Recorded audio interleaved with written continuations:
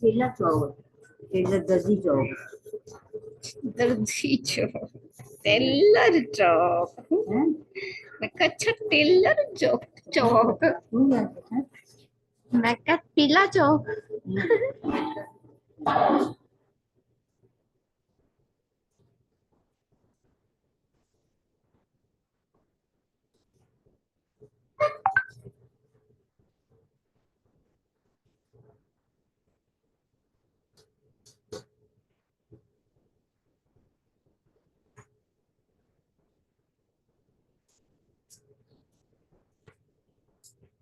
I'm very दुखी, I'm very पागल, I am very very थप्पड़ खाने वाला हूँ। हैं? वेरी। very मार खान वाली होइंग।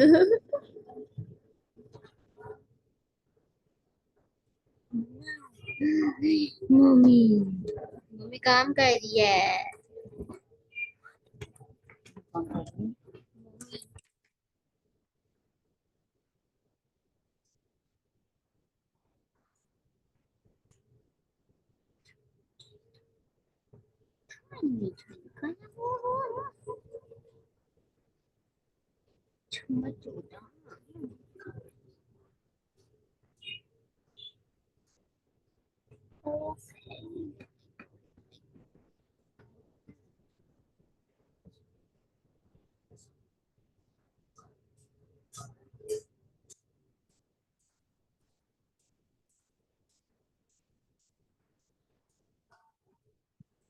सलामकुम।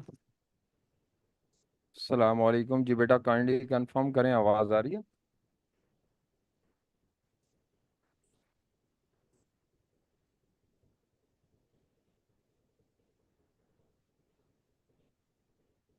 जी बेटा, सबसे पहले क्वेश्चन आंसर सेशन।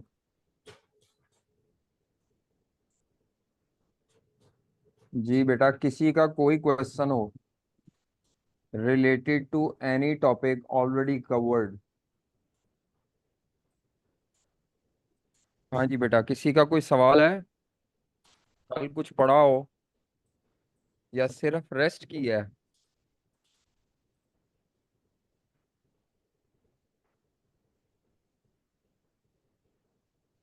हाँ जी, ओटीसी और एक्सचेंज ट्रेडेड। हाँ जी।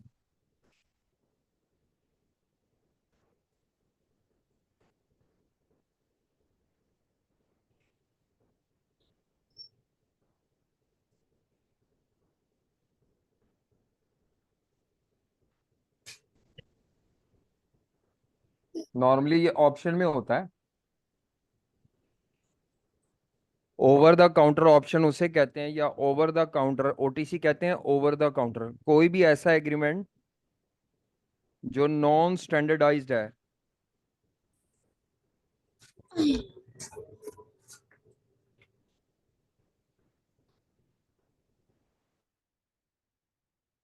जी, कोई भी ऐसा एग्रीमेंट बेटा जो नॉन स्टैंडर्डाइज्ड है। जी जी, आवाज ब्रेक हो रही है? नहीं, मेरी आवाज ब्रेक नहीं हो रही। हाँ जी, मुझे मैसेज नहीं आया। वैसे मैं दोबारा बता देता हूँ। ओवर द काउंटर ऑप्शन कोई भी ऐसा ऑप्शन एग्रीमेंट होगा जो नॉन स्टैंडर्डाइज्ड है। नॉन स्टैंडर्डाइज का मतलब है पार्टीज की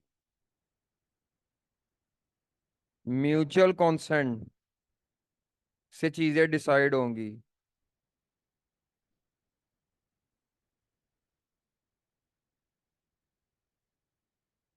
ठीक है, जितनी भी टर्म्स एंड कंडीशन है वो पार्टीज की म्यूचुअल कॉन्सेंट के मुताबिक होंगी। मिसाल के तौर पर अगर ये करेंसी का ऑप्शन कॉन्ट्रैक्ट है या इंटरेस्ट रेट का ऑप्शन कॉन्ट्रैक्ट है, तो बेटा ये किसी भी ड्यूरेशन का हो सकता है।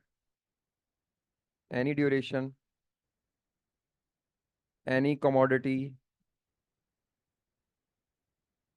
या एनी लोन या इंस्ट्रूमेंट। इन्वेस्टमेंट, एनी लोन या एनी इंस्ट्रूमेंट इन्वेस्टमेंट अगर इंटरेस्ट रेट के लिए है। एनी अमाउंट या एनी साइज। ठीक है। जो ट्रेडेड ऑप्शन होता है ना बेटा, पहली तो बात है, ये आप कोई सी भी किसी भी पार्टी के साथ नहीं कर सकते, नॉन स्टैंडर्डाइज नहीं होता वो। जो ओवर द काउंटर है वो किसी भी दो पार्टीज के दरमियान हो सकता है। जो ऑप्शन एग्रीमेंट है ये ब्रोकर से होगा जो ऑप्शन मार्केट में बैठा होगा, यानी हमारी कंपनी ब्रोकर के साथ एग्रीमेंट करेगी, ये स्टैंडर्डाइज्ड है। उसके बाद इसका एक स्टैंडर्ड ड्यूरेशन है, उसके बाद इसका एक स्टैंडर्ड कॉन्ट्रैक्ट साइज होता है। सबसे बड़ी पहचान है, क्वेश्चन में कॉन्ट्रैक्ट साइज दिया होगा, इधर कॉन्ट्रैक्ट साइज नहीं होगा। इधर आपका 3 मंथ्स के ड्यूरेशन पे होता है, क्वार्टरली ड्यूरेशन होते हैं। इसमें ऐसी कोई बात नहीं है, ठीक है। ये लिमिटेड करेंसीज का, लिमिटेड कमोडिटीज का,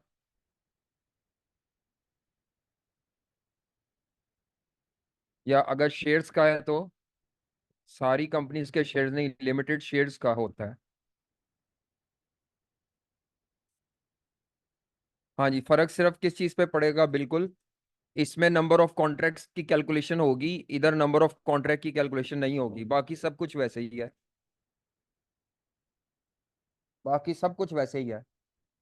उसमें आप अगर नंबर ऑफ कॉन्ट्रैक्ट लिखने हैं तो इसमें आप 1 कॉन्ट्रैक्ट लिख सकते हैं, इधर आपको नंबर ऑफ कॉन्ट्रैक्ट कैलकुलेट करने पड़ते हैं। बस ये फर्क होता है न्यूमेरिकल में, बाकी कोई फर्क नहीं, बाकी सारा थ्योरी का डिफरेंस है। जी, ठीक है, पता लग गया।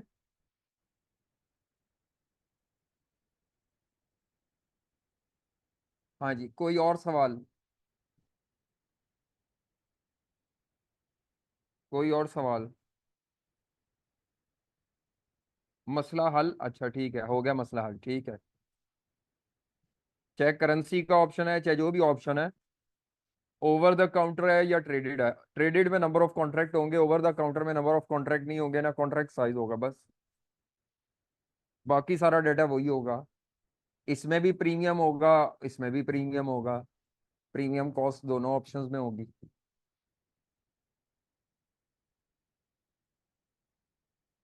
हाँ जी, कोई और सवाल बेटा?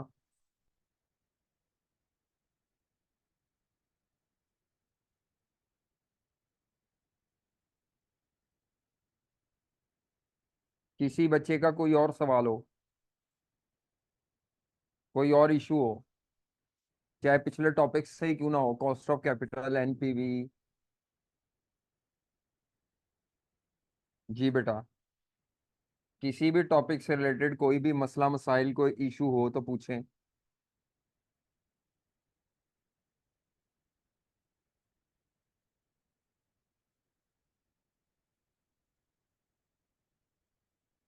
चलें हम फिर आज शुरू करते हैं। आज का मेरा ख्याल है कोई मसला नहीं है, नहीं तो अगर मसला होता तो आपने पूछना था, है। चलें आगे, कंफर्म कर दे जरा, चलें आगे बेटा।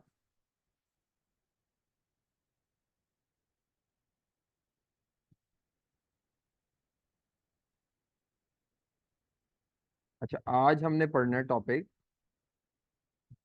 Portfolio theory and CAPM.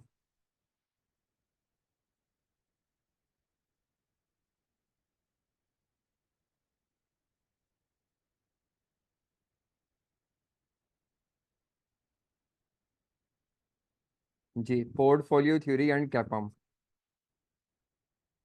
ये टॉपिक क्यों पढ़ाया जा रहा है आपको? अगर आपने स्टॉक मार्केट के शेयर्स या बॉन्ड्स एज एन इन्वेस्टर, आपने कोई भी इन्वेस्टमेंट बाय करनी है तो इसमें आपने इन्वेस्टमेंट्स की डिसीजन मेकिंग करनी है। और वो इन्वेस्टमेंट कोई प्रोजेक्ट भी हो सकते हैं, या प्रोजेक्ट के बगैर कोई शेयर्स वगैरह भी हो सकते हैं। तो एक्चुअली इस टॉपिक का मकसद है डिसीजन मेकिंग, या बल्कि आप कह सकते हैं इस टॉपिक का मकसद है सिलेक्शन ऑफ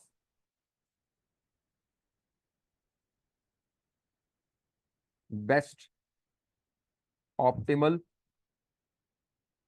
इन्वेस्टमेंट पोर्टफोलियो।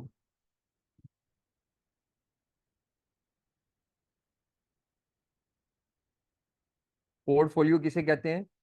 एक से ज्यादा कॉम्बिनेशन ऑफ इन्वेस्टमेंट को आपको पता है पोर्टफोलियो कहते हैं। तो बेटा इस टॉपिक का मकसद क्या है कि आपको दो या दो से ज्यादा डिफरेंट इन्वेस्टमेंट्स को कंबाइन करके पोर्टफोलियो बनाना है, और पोर्टफोलियो में से कौन सा ऐसा पोर्टफोलियो है जो कंपनी के लिए हाईली बेनिफिशियल है। तो कंपनी ने कोई भी इन्वेस्टमेंट्स करनी होगी सरप्लस कैश फ्लोज की, तो सरप्लस कैश फ्लो को इन्वेस्ट करना होगा, और आपसे वो कहेगा कि पोर्टफोलियो थ्योरी या कैपम के मुताबिक डिसाइड करके बताएं कंपनी को किस पोर्टफोलियो में इन्वेस्टमेंट करनी चाहिए। तो सबसे पहले तो आपको ये पता होना चाहिए कि पोर्टफोलियो थ्योरी में और कैपम के थ्रू डिसीजन मेकिंग में फर्क क्या है जी। किसी को पता हो पोर्टफोलियो थ्योरी में और कैपम में क्या फर्क है मेन, बताएं जी जनाब। पोर्टफोलियो थ्योरी से अगर मैंने डिसीजन मेकिंग करनी है या कैपम से डिसीजन मेकिंग करनी है, दोनों में क्या डिफरेंस है।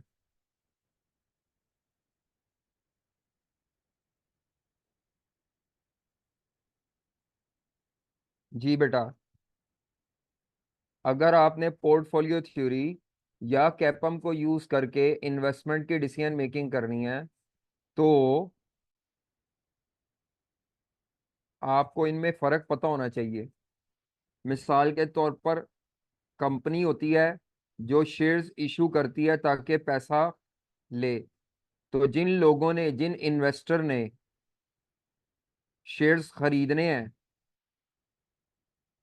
और कंपनी को पैसा देना है, अब आप ईश्वर के पॉइंट ऑफ व्यू से डिसीजन मेकिंग नहीं कर रहे, बल्कि इन्वेस्टर जो शेयर्स खरीदने वाला है उसके पॉइंट ऑफ व्यू से डिसीजन मेकिंग कर रहे हैं कि जो इन्वेस्टर है वो किस कंपनी के कितने शेयर्स खरीदे और किस किस कंपनी के शेयर्स खरीद के इकट्ठे अपना पोर्टफोलियो बनाए। तो ये बात ध्यान में रखें, ईश्वर ऑफ द इन्वेस्टमेंट के पॉइंट ऑफ व्यू से नहीं, बल्कि बायर ऑफ द इन्वेस्टमेंट के पॉइंट ऑफ व्यू से आपने ये टॉपिक पढ़ना है। तो पोर्टफोलियो थ्योरी में और कैपम में क्या फर्क है, किसी को नहीं पता। हम रिवीजन कर रहे हैं, हम पढ़ नहीं रहे, ये बात ध्यान में रखें जी। जी जनाब, यार को गैस शैस करो क्या हो गया है। आप लोगों को न्यूमेरिकल वगैरह तो ठक छापी जाते हैं, तो थोड़ा बताएं क्या फर्क है दोनों में, पोर्टफोलियो थ्योरी में और कैपम में क्या फर्क है। अगर हमने डिसीजन मेकिंग पोर्टफोलियो थ्योरी से करनी है तो क्या फर्क होगा, और अगर आपने कैपम से डिसीजन मेकिंग करनी है तो क्या फर्क होगा, डिफरेंस क्या है दोनों में।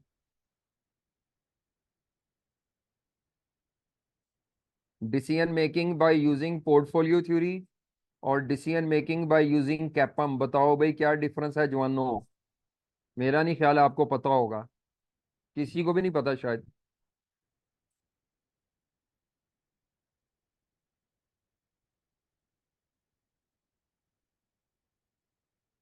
हाँ जी, किसी को भी नहीं पता मेरा ख्याल है, चलो मैं बता देता हूँ। Portfolio theory only consider business risk. बेटा ये तो आप इसके पॉइंट ऑफ व्यू से गुफ्तगू कर रहे हैं, ये कंपनी के पॉइंट ऑफ व्यू से, हम इसके पॉइंट ऑफ व्यू से बात करेंगे। एसेट बीटा, इक्विटी बीटा वो नहीं है। पोर्टफोलियो थ्योरी में सर कलेक्शन ऑफ कंपनी के शेयर्स होते हैं, नहीं गलत है, खाली शेयर्स नहीं होते, कोई सी भी इन्वेस्टमेंट्स का कॉम्बिनेशन हो सकता है, वो पोर्टफोलियो थ्योरी में भी होता है और कैपम के तहत भी है। सुन ले जी, सबसे पहला डिफरेंस है मेजरमेंट ऑफ रिस्क।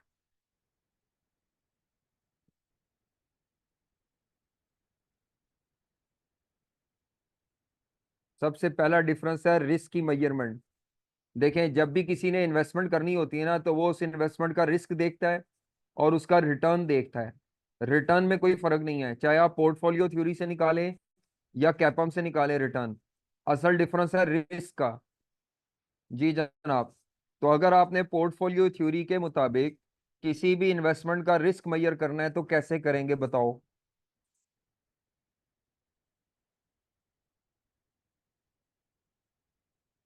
पहला डिफरेंस है मेजरमेंट ऑफ द रिस्क का, ये न्यूमेरिकल में जरूरी है, पता होना चाहिए आपको।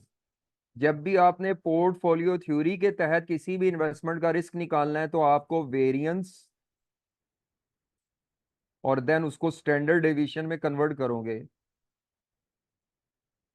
हाँ जी, असल में स्टैंडर्ड डेविएशन रिस्क है, लेकिन वो वेरिएंस के बगैर नहीं आ सकता। तो ये जो स्टैंडर्ड डेविएशन है ये वेरिएंस से ही निकलता है। तो आप कह सकते हैं कि पोर्टफोलियो थ्योरी के मुताबिक आपको पहले पोर्टफोलियो का वेरिएंस तय करना पड़ेगा, और फिर उसका अंडर रूट लेंगे तो स्टैंडर्ड डेविएशन आ जाएगा। हाँ जी, अगर आपने किसी भी इन्वेस्टमेंट का रिस्क निकालना है तो उसका वेरिएंस एंड स्टैंडर्ड डेविएशन दोनों निकाले जाते हैं, डायरेक्ट स्टैंडर्ड डेविएशन नहीं आ सकती।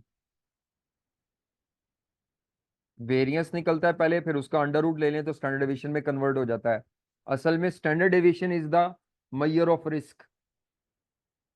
स्टैंडर्ड डेविएशन स्टैट्स का है, ये किसी भी इन्वेस्टमेंट में फ्लक्चुएशंस को शो करता है। तो ये जो फ्लक्चुएशंस है ना, अप एंड डाउन, यही रिस्क कहलाती हैं इन्वेस्टर के लिए। इनकम का कांस्टेंट होना रिस्क नहीं है, इनकम का फ्लक्चुएट होना रिस्क है। अच्छा, कैपम में जब बात की जाएगी रिस्क की, तो कोई यहाँ पे एसेट इक्विटी बीटा नहीं, खाली कहोगे जी बीटा। कैपम के तहत अगर आपने किसी भी इन्वेस्टमेंट का रिस्क मेजर करना है तो आपको उस इन्वेस्टमेंट का बीटा कैलकुलेट करना है।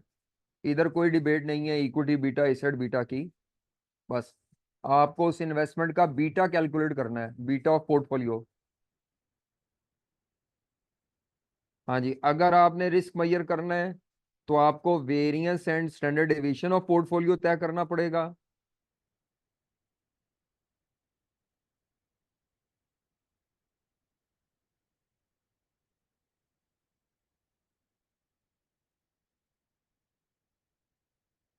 ये आपको अब याद रखना है।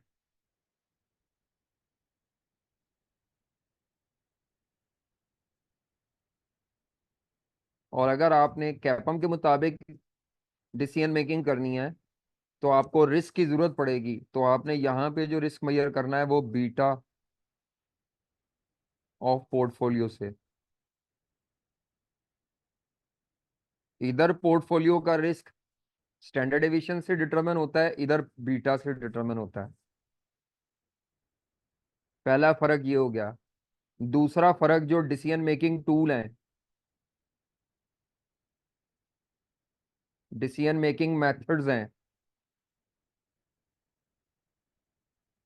ये तो कैलकुलेशन होगी ना रिस्क वगैरह की। फैसला साजी के मेथड्स क्या हैं? इधर फैसला साजी का जो सबसे फेमस मेथड है वो ये है, कोफिशिएंट ऑफ वेरिएशन। और इधर फैसला साजी का जो सबसे फेमस तरीका है वो है अल्फा वैल्यू। अल्फा वैल्यू जिसको एबनॉर्मल रिटर्न भी कहते हैं। जब भी वो कह दे कैपम के मुताबिक डिसीजन मेकिंग करें तो आपने अल्फा वैल्यू या एबनॉर्मल रिटर्न ही कैलकुलेट करना है।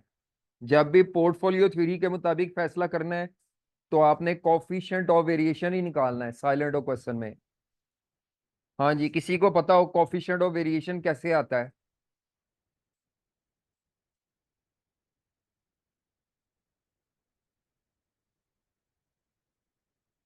पोर्टफोलियो थ्योरी के तहत जब भी मैंने फैसला करना है मैंने कॉफिशिएंट ऑफ वेरिएशन ही निकाल के फैसला करूंगा। यानी आपने क्या करना है, कंपैरिजन करना है और उसमें से बेस्ट इन्वेस्टमेंट पोर्टफोलियो को सिलेक्ट करना है, कंपैरिजन एंड सिलेक्शन। तो कंपैरिजन के लिए आप तमाम पोर्टफोलियो का कॉफिशिएंट ऑफ वेरिएशन निकालेंगे। अब ये भी स्टार्ट्स की टर्म है। कॉफिशिएंट ऑफ वेरिएशन का मतलब होता है कि आप रिस्क को ऊपर रखें, रिस्क ऑफ पोर्टफोलियो को, यानी स्टैंडर्ड डेविएशन को ऊपर रखें और रिटर्न ऑफ पोर्टफोलियो पे डिवाइड कर दें। तो ये रिस्क और रिटर्न की एक रेशियो है, यानी इसको एक्सपेक्टेड रिटर्न भी कहते हैं।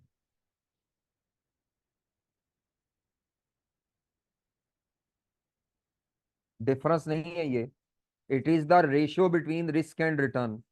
ये जितना लोएस्ट होगा ना, ये उतना अच्छा है।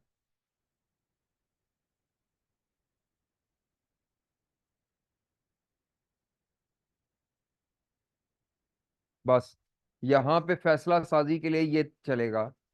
अगर आप ये इस्तेमाल नहीं करना चाहते तो वो कहे तो दूसरा मेथड इस्तेमाल करना, उसको कहते हैं शार्प रेशो। मैं ये रिकमेंड नहीं करता कि इससे फैसला किया जाए। अब ये आपको याद नहीं रखना, फार्मूला दिया होगा आपको पेपर में। शार्प रेशो का फार्मूला होता है रिटर्न ऑफ पोर्टफोलियो, आर बार से वो शो करता है, minus RF divided by standard division of portfolio, ये शार्प रेशियो का फॉर्मूला है। रिटर्न ऑफ पोर्टफोलियो, ये आर, खाली आर रिटर्न होता है, आर के ऊपर अगर बार लगा दें तो ये एवरेज या एक्सपेक्टेड रिटर्न है, और नीचे छोटा सा पोर्ट पी लिख दे तो उसका मतलब होता है रिटर्न ऑफ पोर्टफोलियो। वैसे ही इसके साथ नहीं लिखा जाएगा, ये आर बार के साथ लिखा जाएगा। तो return of portfolio minus risk free rate divided by standard division या रिस्क ऑफ पोर्टफोलियो, ये शार्प रेशियो है। शार्प रेशियो जितनी हाई हो उतनी अच्छी होती है।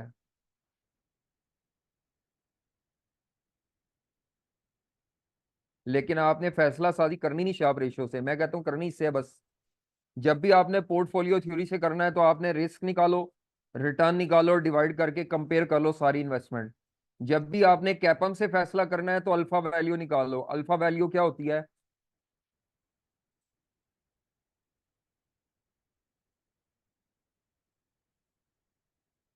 एक्सपेक्टेड रिटर्न, या इसको एक्चुअल एक्सपेक्टेड रिटर्न कहते हैं, माइनस रिक्वायर्ड रिटर्न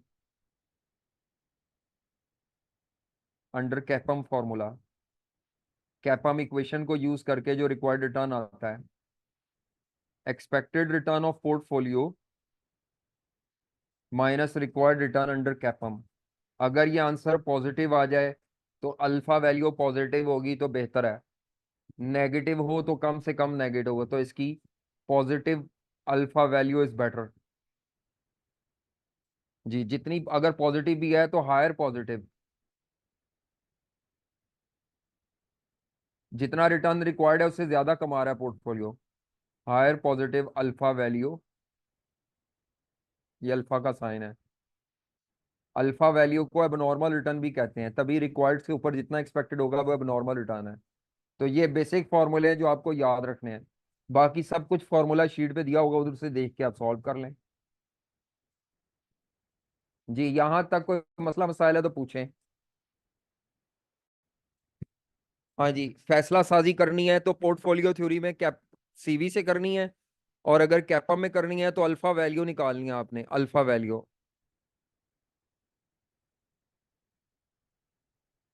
और भी मेथड्स हैं लेकिन वो आते ही नहीं, इतने फेमस नहीं है। पोर्टफोलियो थ्योरी में सीवी निकालें, कोफिशिएंट ऑफ वेरिएशन, और कैपम में क्या निकालें? Alpha value. अब ये अल्फा वैल्यू में ये जो रिक्वायर्ड रेट ऑफ रिटर्न है ये कैपम इक्वेशन से निकलेगा, RF plus beta of portfolio RM minus RF। अब आगे ये स्टोरी है कि बीटा दिया हो सकता है, या अगर बीटा ना दिया हो तो इसको कैलकुलेट किया जाता है। इसका भी फॉर्म आगे सारे फॉर्मूले फॉर्मूला शीट पे मौजूद है। अल्फा वैल्यू का भी मौजूद है शायद फॉर्मूला, कॉफिशिएंट ऑफ वेरिएशन का बस मौजूद नहीं है। लेकिन रिस्क का अलहदा फॉर्मूला मौजूद है, रिटर्न का अलहदा फॉर्मूला मौजूद है। क्या ये याद रह जाएगा?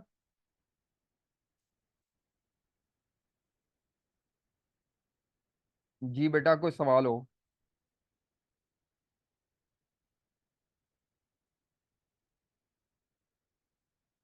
ये सबसे आसान टॉपिक है क्योंकि इसमें सारा मैथ है, दिए हुए डेटे को बस कैलकुलेटर, स्टैट मैथ। अब तो ये इसका तो सारा जवाब कैलकुलेटर पे भी आ जाता है अगर आपको कैलकुलेटर अच्छा इस्तेमाल करना आता है तो। आजकल जो साइंटिफिक कैलकुलेटर है उसमें तो सारों में जवाब ये निकल आता है। ये रिस्क फ्री रेट का, उसको सॉरी, रिटर्न का भी, रिस्क का भी, इवन कॉफिशिएंट ऑफ वेरिएशन का भी जवाब निकल आएगा, बस आपने एक दफा डाटा फीड करना है। तो अगर आपके पास साइंटिफिक कैलकुलेटर अच्छे वाला है तो आपको निकालना आना चाहिए। ये एक्सपेक्टेड रिटर्न ऑफ पोर्टफोलियो कैसे निकालते हैं ये अब हम आते हैं, फॉर्मूला शीट से लिखाऊंगा, ऐसे नहीं बताऊंगा, फॉर्मूला शीट पे जो फॉर्मूले है वहां से देखेंगे। ठीक है।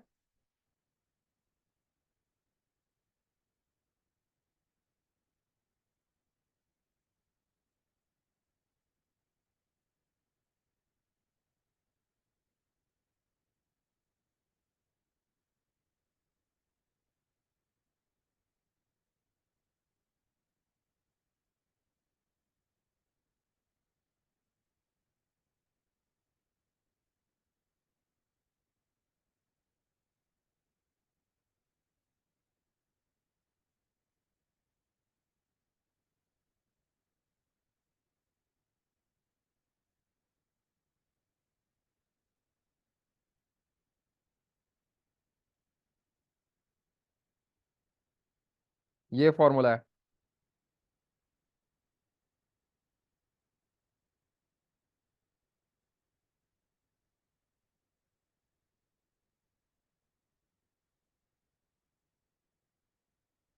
इसमें दो इन्वेस्टमेंट्स होंगी।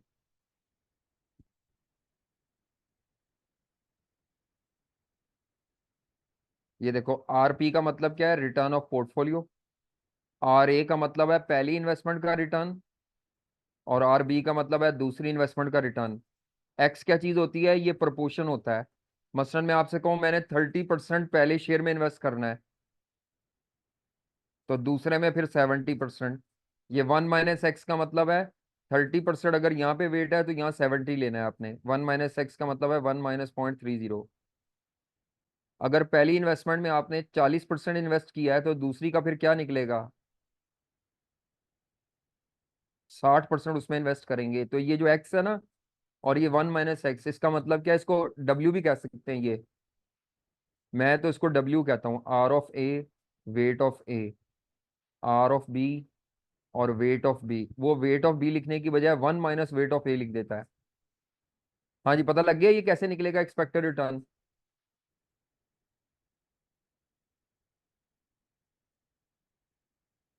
मिसाल के तौर पर आपसे मैं कहता हूँ जी, कंपनी के पास दो इन्वेस्टमेंट्स हैं, ए शेयर्स और बी के शेयर्स। दोनों इन्वेस्टमेंट का अकेला अकेला एक्सपेक्टेड रिटर्न दिया हुआ है, 12%, 18%। वेट या प्रोपोर्शन कि कितने परसेंट पैसे इसमें लगाएंगे, वो कहता है जी इसमें 40% पैसे लगाएंगे और इसमें 60%। तो अब आपने ये फॉर्मूला लगाना है, return of portfolio is equal to return of A X plus return of B 1 - X. तो ये क्या होगा,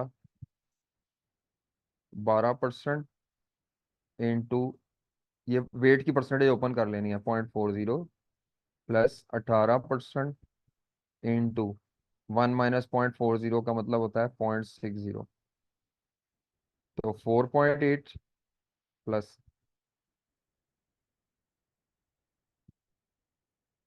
ये क्या आता है,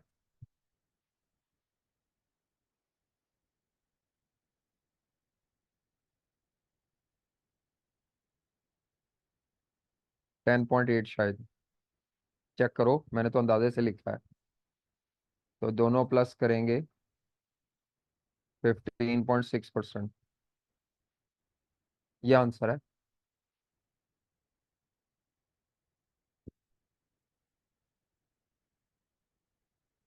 ये रिटर्न्स की परसेंटेज हम ऊपर नहीं करेंगे, बाकी सारी परसेंटेज ओपन कर लेंगे।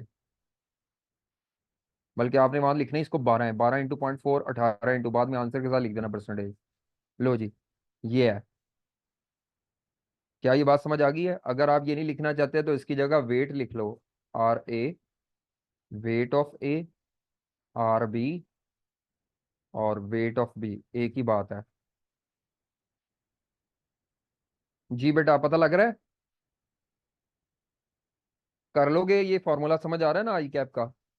फॉर्मूला शीट पे ये गिवन होगा। ये रिटर्न ऑफ पोर्टफोलियो का फॉर्मूला है। अच्छा, अब रिस्क का क्या फॉर्मूला है, रिस्क ऑफ पोर्टफोलियो या स्टैंडर्ड डिवीजन का क्या फॉर्मूला है?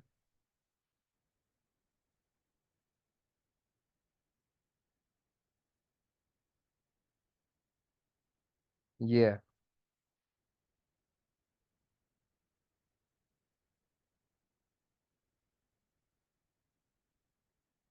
हाँ जी, ये अंडर रूट अगर ना लें तो वो वेरिएंस आ जाता है। ये अंडर रूट लिया हुआ है, ये देखो, ये जो चीज है ये है स्टैंडर्ड डिवीजन ऑफ पोर्टफोलियो, या ये रिस्क को शो कर रहा है।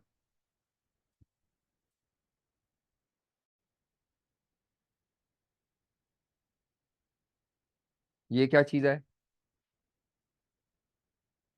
स्केयर के बगैर ये स्टैंडर्ड डिवीजन ऑफ है।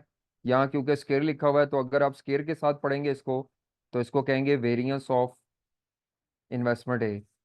अच्छा, एक्स स्केयर का क्या मतलब है, पहली इन्वेस्टमेंट का जो प्रपोर्शन है, प्रपोर्शन का स्क्वायर लेना है। ये स्टैंडर्ड डेविएशन का स्क्वायर है, प्रपोर्शन का स्क्वायर है। ये दूसरी इन्वेस्टमेंट के स्टैंडर्ड डेविएशन का स्क्वायर है, और ये 1 - x का मतलब है ये दूसरे का वेट है। 1 - x का मतलब इन्वेस्टमेंट बी का वेट या प्रोपोर्शन है। 2x यानी वेट ऑफ ए, और ये वेट ऑफ बी है। इसको कहते हैं कोरिलेशन। कोरिलेशन, ये जो छोटा सा पी है, कोरिलेशन, जिसका आंसर +1 से -1 के इन बिटवीन होगा। कोरिलेशन की फिगर +1 से -1 के इन बिटवीन होगी, मल्टीप्लाइड बाय स्टैंडर्ड डेविएशन, और ये स्टैंडर्ड डेविएशन ऑफ बी। अगर इस पूरे को कलेक्टिवली बोले तो इसको कोवेरियंस बोलते हैं। यानी खाली ये पकड़ेंगे तो कोरिलेशन, लेकिन अगर कोरिले ये इसको मल्टीप्लाई बाय स्टैंडर्ड डेविएशन करें तो ये पूरे को कहते हैं कोवेरियंस। तो अगर उसने आपको कोवेरियंस दिया हुआ है, अगर उसने आपको कोवेरियंस दिया हुआ है तो इसका मतलब है ये सारा मल्टीप्लाई करके दिया हुआ है उसने। ठीक है जी, अब इसको क्वेश्चन में इस्तेमाल करना आना चाहिए आपको। ये फॉर्मूला तो उसने आपको पेपर में दिया होगा, अब आपको याद रखना है आई कैप ने जो फॉर्मूले दिए हैं उनमें जो ए का वेट है उसको एक्स रखा है उन्होंने, और जो दूसरी इन्वेस्टमेंट का वेट है उसको 1 - x रखा है जहाँ पे भी होगा। तो जहाँ पे भी एक्स है इसका मतलब है पहली इन्वेस्टमेंट का वेट, और जहाँ 1 - x है उसका मतलब है दूसरी इन्वेस्टमेंट के वेट का स्केल लिया हुआ है। चले। हाँ जी, अब हम सवाल ही करेंगे। ये मैंने आपको बता दिया है इन्वेस्टमेंट का रिस्क कैसे निकालते हैं और इन्वेस्टमेंट का रिटर्न। इसके बाद ये मैंने इसका ये बता दिया, यानी दोनों फैक्टर बता दिए हैं। इधर मैंने आपको बताना है बीटा कैसे निकालना है बस, बाकी कुछ नहीं है। रिटर्न ऑफ पोर्टफोलियो वही फॉर्मूला है जो इधर है यहाँ, और ये फॉर्मूला सेम है। रिक्वायर्ड रिटर्न के लिए आपको आरएफ दिया होगा, आरएम भी दिया होगा। बीटा निकालना काम है main, beta. Main beta kappa में निकालना ही काम बीटा है, बस बीटा का भी फॉर्मूला पेपर में दिया होगा। तो नमाज पढ़ के आते हैं फिर करते हैं। बीटा का फॉर्मूला पेपर में दिया होगा आपको, बीटा कैसे निकालना है।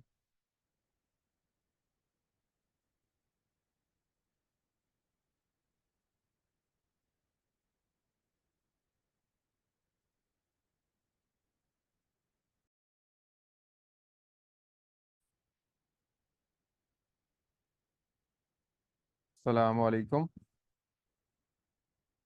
जी बेटा काइंडली कंफर्म करें, आवाज़ आ रही है।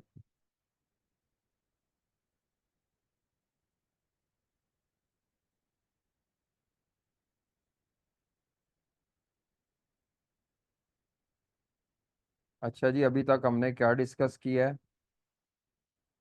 हमने कहा है आपने इन्वेस्टमेंट पोर्टफोलियो सेलेक्ट करना है, या पोर्टफोलियो थ्योरी से या कैपम से। अगर आप पोर्टफोलियो थ्योरी से डिसीजन मेकिंग कर रहे हैं तो आपने कॉफिशेंट ऑफ वेरिएशन के थ्रू डिसीजन लेना है। अगर आप कैपम के ज़रिए कर रहे हैं तो आपने अल्फ़ा वैल्यू निकालनी है। ठीक है, ये शार्प रेशो वगैरह आपने यूज़ नहीं करनी, वैसे इसका फॉर्मूला भी पेपर में गिवन होगा। इसी तरह यहाँ पे शार्प रेशो के अगेंस्ट होती है ट्रेनर रेशो, वो भी यूज़ नहीं करनी जब तक कि वो खुद ना कह दे। उसमें और इसमें फ़र्क सिर्फ ये है कि जो भी रिटर्न ऑफ पोर्टफोलियो है उसमें से रिस्क फ्री रेट माइनस करना है, वही नीचे स्टैंडर्ड डेविएशन की बजाय बीटा लेस बीटा पे डिवाइड कर देना है। ये भी हाई रेशियो बेहतर है। यानी दोनों में जो मेन डिफरेंस है वो स्टैंडर्ड डेविएशन का और बीटा का है।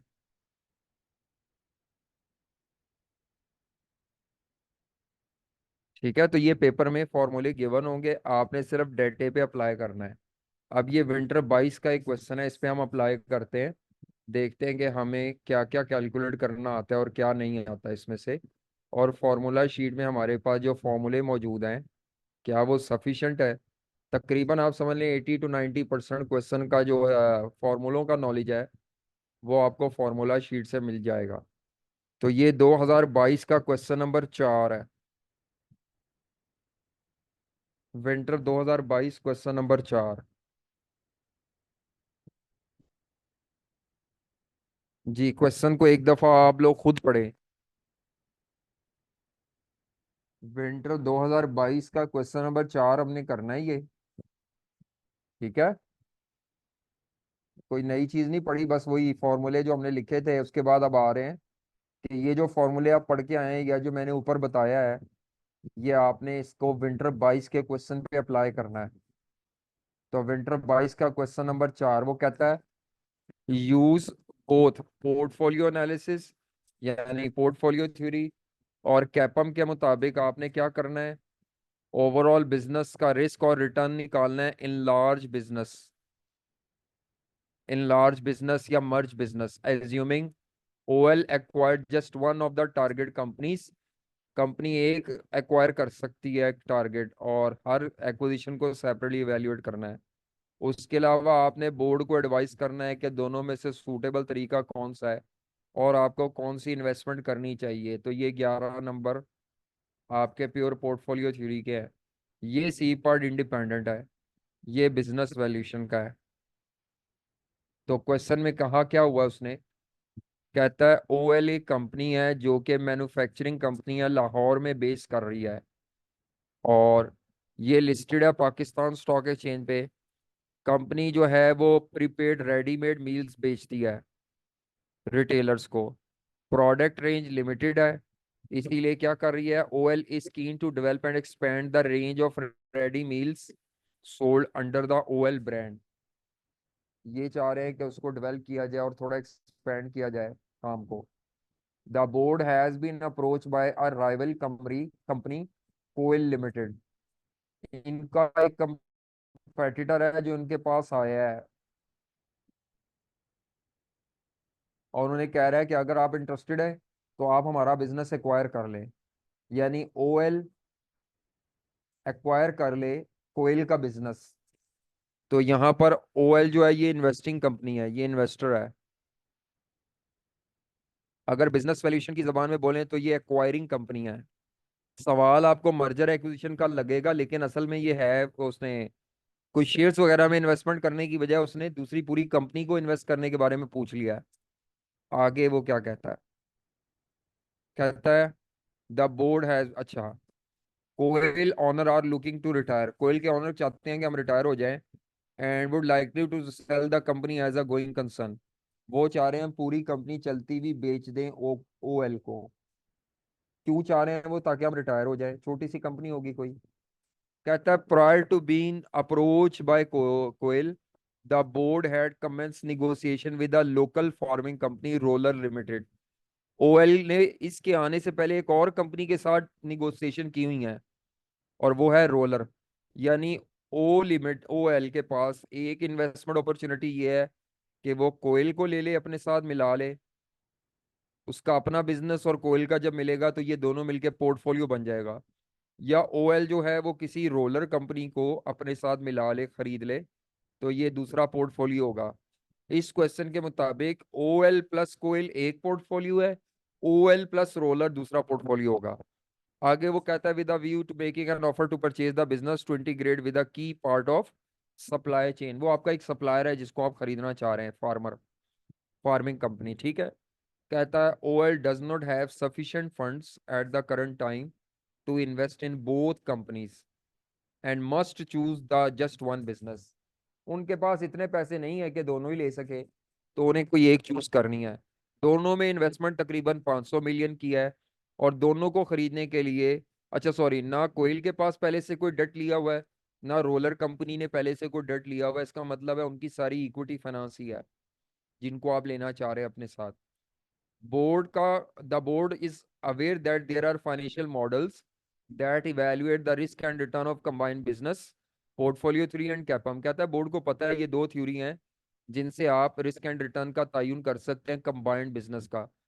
However, the board is not sure which model should be used in respect of this decision and has asked your advice. आपको कहता है हमें इतने इसके बारे में श्योर नहीं है कि इनमें से बेहतर कौन सा है, तो मैं अभी बता देता हूँ। जो कैपम है वो पोर्टफोलियो थ्योरी से बेहतर मॉडल है, ठीक है। तो आपने डिसीजन मेकिंग जो करनी है वो कैपम की बेस पे करनी है। अगर पोर्टफोलियो थ्योरी में और कैपम में क्लैश आ जाए तो आपने कैपम को प्रेफर करना है। उसकी वजह क्या है, पोर्टफोलियो थ्योरी रिस्क को लेके चलती है स्टैंडर्ड डेविएशन से, और रिस्क जो होता है ना उसमें दो तरह का रिस्क होता है, सिस्टमैटिक रिस्क और अनसिस्टमैटिक रिस्क। ये मैक्रो इकोनॉमिक फैक्टर्स की वजह से होता है और ये कंपनी स्पेसिफिक फैक्टर्स की वजह से होता है। इस रिस्क को पोर्टफोलियो के थ्रू डाइवर्सिफाई किया जा सकता है, ये खत्म हो सकता है।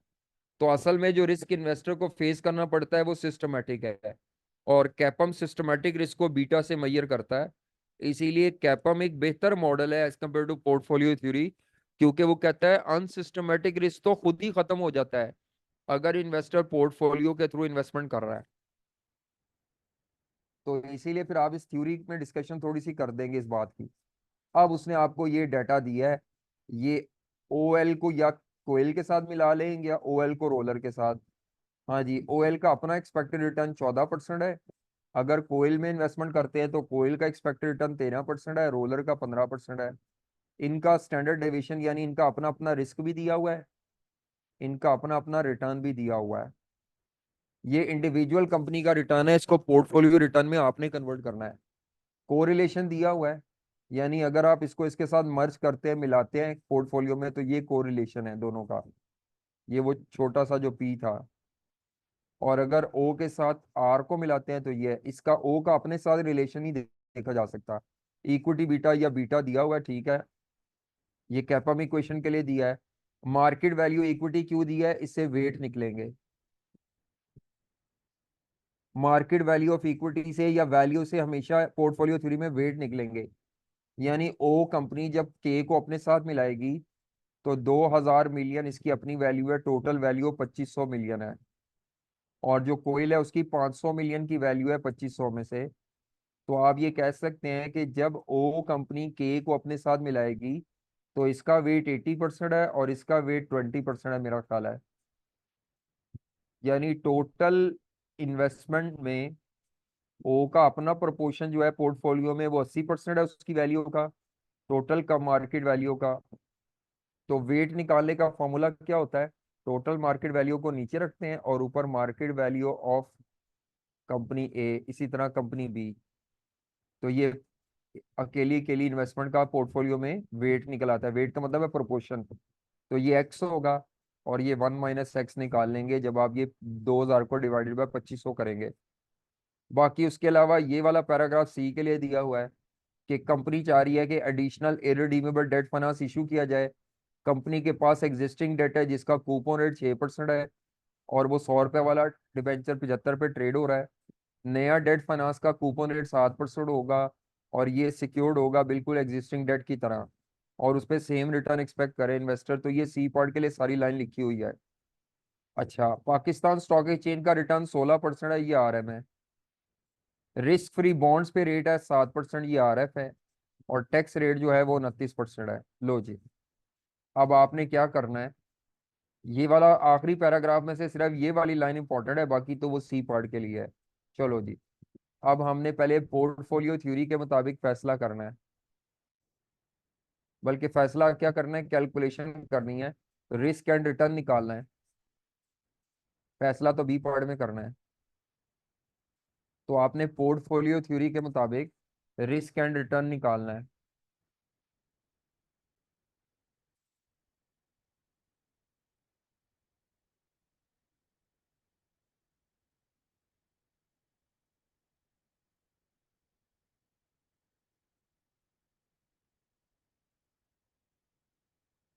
हाँ जी, मुझे बताओ, पोर्टफोलियो थ्योरी में डिसीजन मेकिंग किस मेथड से होती है बताएं, अभी बता कर आया था। पोर्टफोलियो थ्योरी के तहत हम फैसला किस मेथड से करते हैं।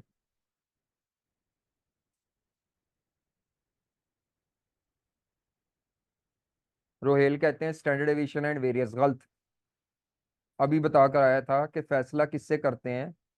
ये देखो ऊपर मैंने क्या लिखा हुआ है, डिसीजन मेकिंग मेथड क्या है पोर्टफोलियो थ्योरी में, वो तो रिस्क की मेजरमेंट है। डिसीजन मेकिंग किससे करेंगे, तो कॉफिशिएंट ऑफ वेरिएशन, और इसके दो एलिमेंट्स आपको चाहिए। तो अब आपने कॉफिशिएंट ऑफ वेरिएशन से फैसला साजी करनी होगी। तो यहाँ पे आप लिखेंगे पोर्टफोलियो,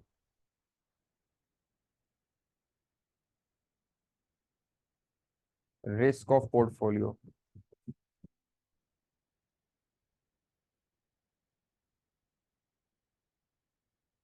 रिटर्न ऑफ पोर्टफोलियो,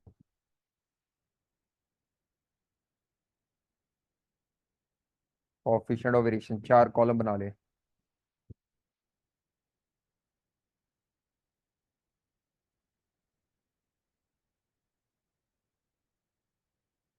जी, तो पहला पोर्टफोलियो क्या है? ओ लिमिटेड और के। मैं ओ एंड के का पोर्टफोलियो नंबर 1 बना रहा हूँ।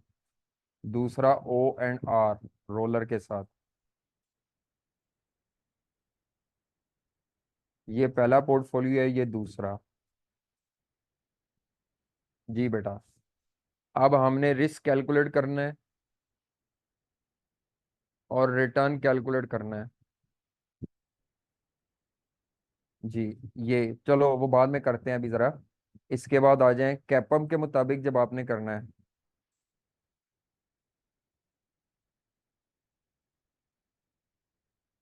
जब हमने कैपम का मॉडल यूज करना होता है।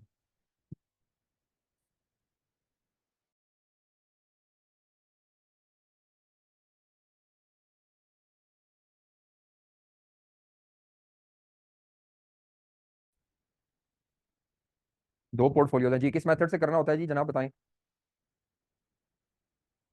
कैपम में हमने किस मेथड से करना होता है? कैपम में फैसला साजी किस मेथड से होती है? अल्फा वैल्यू से।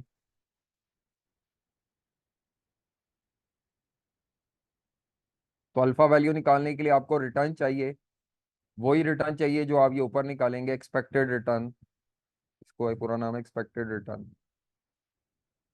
तो ये जो ऊपर निकलेगा वही यहाँ पे भी होगा, एक्सपेक्टेड रिटर्न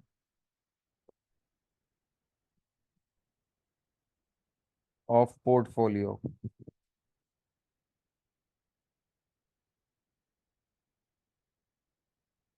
रिक्वायर्ड रिटर्न कैपम से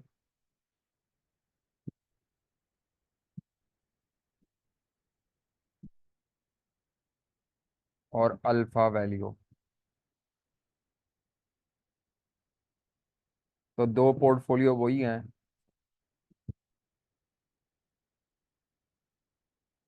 ओ एंड के, ओ एंड आर। पहले यहां तक बताएं, क्या ये बात समझ आई है हमें क्या किया कर रहा हूं मैं? मुझे कैसे पता चला ये कॉलम बनने हैं? एक्चुअली ये फॉर्मूले तक पहुंचने के लिए इसमें होता है risk of portfolio divided by expected return of portfolio. तो मैंने इससे पहले कॉलम बना लिए। अल्फा वैल्यू का फॉर्मूला होता है एक्सपेक्टेड रिटर्न माइनस कैपम के मुताबिक रिक्वायर्ड रिटर्न। तो वो जो फॉर्मूला था ना, जो डिसीजन मेकिंग मेथड है, मैंने उसके एलिमेंट्स लिख लिए हैं। क्या कहते हो, कर लोगे पेपर में ऐसे एलिमेंट्स लिखने हैं पहले? अब दोनों में क्योंकि पहले ये कॉमन है, तो मैं क्यों ना ये निकालूं पहले, मर्जी आपकी, जो मर्जी चीज पहले निकालें। मैं ये निकाल रहा हूँ, ये आसान होता है। Expected return of portfolio. तो वर्किंग नंबर 1 हेडिंग दें, expected return of two asset portfolio. Two asset का मतलब क्या है? ये दो है ना, ओ प्लस के, ये दो कंपनीज की इन्वेस्टमेंट है। दो इन्वेस्टमेंट पोर्टफोलियो है या दो एसेट्स का पोर्टफोलियो है। अगर ये हो ना ओ प्लस के प्लस आर, तो फिर वो तीन इन्वेस्टमेंट्स का पोर्टफोलियो होता है, उसका फॉर्मूला थोड़ा लेंथी हो जाता है, तो ये दो ही आएंगे आपको। हाँ जी, देखें जी क्या फॉर्मूला होता है हमारा, जो हमें पेपर में फॉर्मूला शीट पे दिया होगा। Formula number 49। जी, ये वाला फॉर्मूला यूज करना है।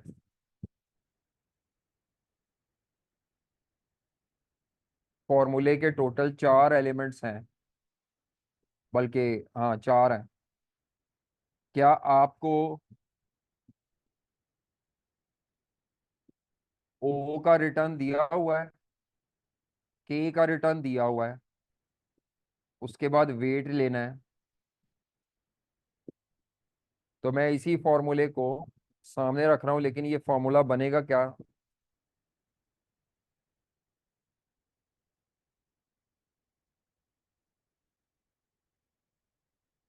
रिटर्न ऑफ ओ,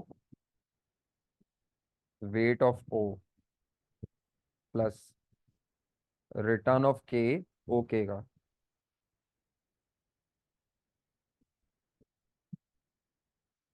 तो ये के का निकल आएगा वेट। तो रिटर्न ऑफ ओ कितना है बताएं जी, इस टेबल में से ओ का रिटर्न कितना है?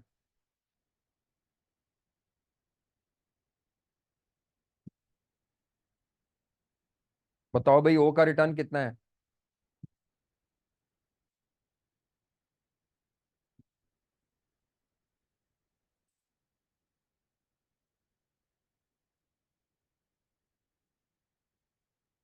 नहीं मिल रहा। ओ कंपनी का रिटर्न कितना है और के का रिटर्न कितना है? हाँ जी, ओ का रिटर्न है 14%, ये दिया हुआ। के का रिटर्न दिया हुआ है 13%। वेट नहीं दिए हुए, तो कोई मसला नहीं, वेट निकाल लेते हैं। तो मैं अब इसको, फॉर्मूला ये लिखा रहेगा। तो अब इसके रिटर्न ऑफ पोर्टफोलियो निकालना है। ओ का रिटर्न था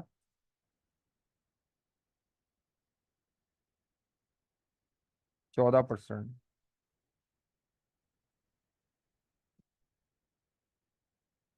ये डॉट का मतलब मल्टीप्लाई है। 13%। अब जो वेट निकालना है, वेट या प्रपोर्शन ऑफ ओ कंपनी, तो market value of equity of O company, और नीचे आएगी total market value of equity, या total market value of portfolio कह देते होते हैं। Total market value of portfolio. तो ये 2000 मिलियन थी, 2500 मिलियन। 0.80 वेट है। ठीक है।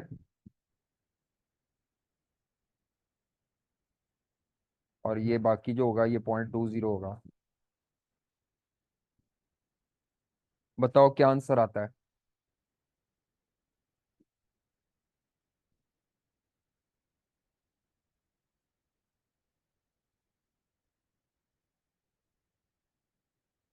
14% इंटू 0.8, 13% इंटू 0.2।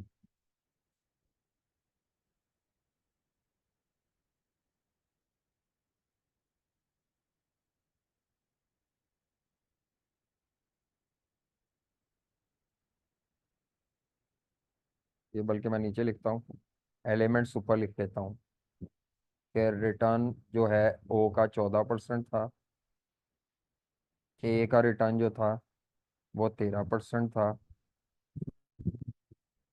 उसके बाद जो ये एक्स था ये 0.80 था,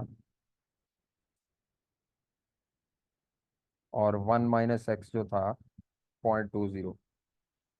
तो आपने इसको फिल करना है। 13.8% आंसर है। 13.8% आ जाओ जरा। ओ ओके का 13.8%, इधर भी और इधर भी।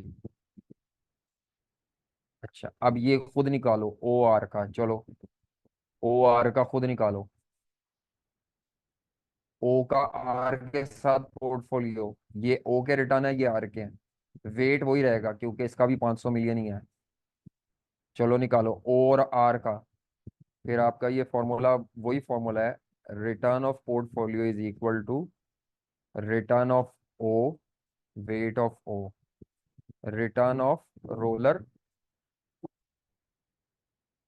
और वेट ऑफ रोलर।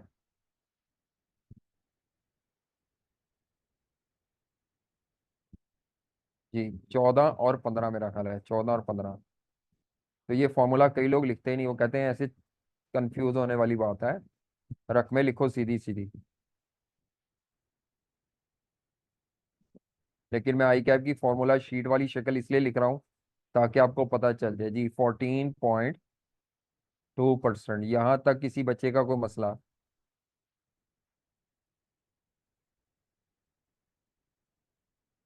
कोई बात समझ ना आई हो। ये समझ आ गया सब कुछ क्या किया मैंने।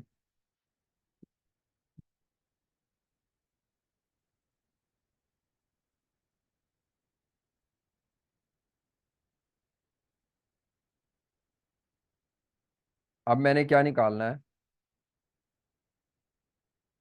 रिस्क और पोर्टफोलियो निकाल लें या रिक्वायर्ड रिटर्न निकाल लें, दोनों में से जो मर्जी पहले निकाल लें। तो मैं रिस्क और पोर्टफोलियो निकालने लगा हूं। तो वर्किंग नंबर 2,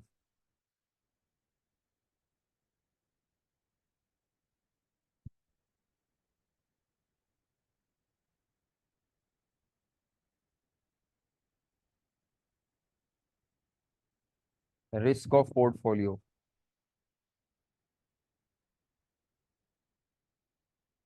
हाँ जी, इसके लिए हमारे पास जो फॉर्मूला शीट पे फॉर्मूला मौजूद है,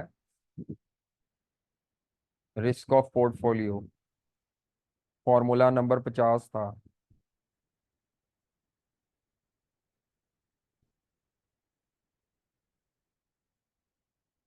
अब इस फॉर्मूले में जो भी रकमें है वो फिल करनी है।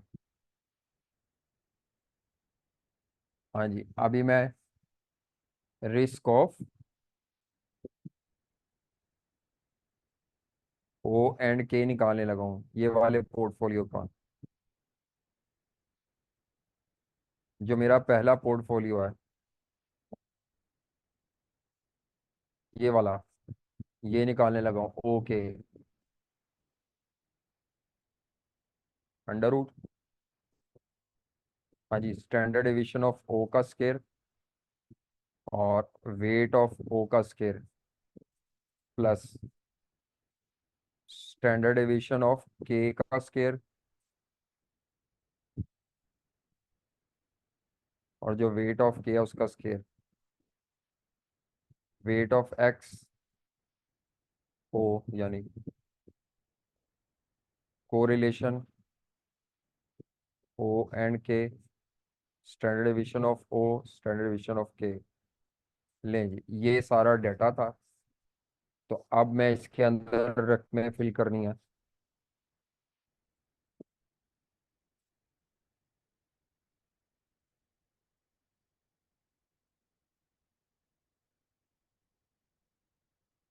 स्टैंडर्ड डिवीजन क्या दी हुई थी? ओ की स्टैंडर्ड डिवीजन ये थी 3%। 3% इसका स्केल ले लेंगे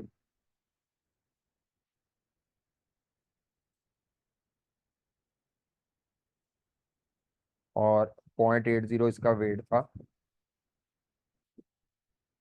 0.80। दूसरी इन्वेस्टमेंट 2.5% है, उसका स्टैंडर्ड डिवीजन 2.5% था। 20 का स्केयर प्लस 2, 0.80, 0.20 और कोरिलेशन ओ और के का कोरिलेशन क्या आपस में, ये 0.9।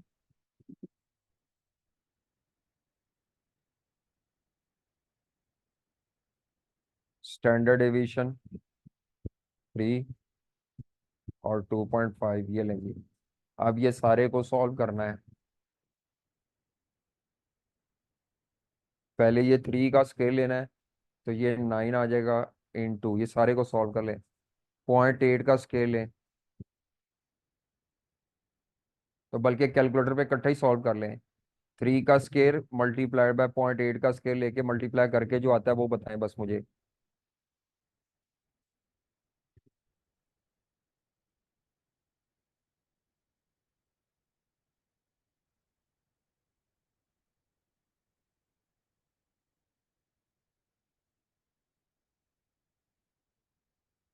हाँ जी, क्या आता है?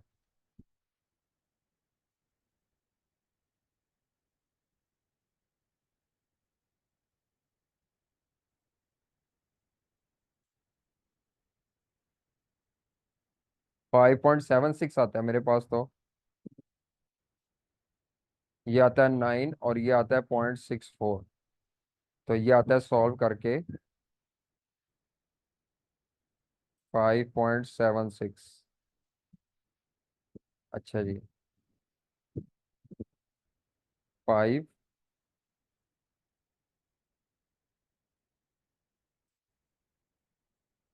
2।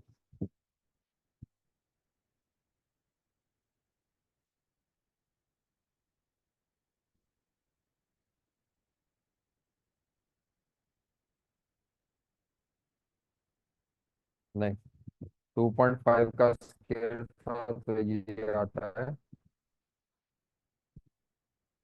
6.25। 0.2 का square 0.04।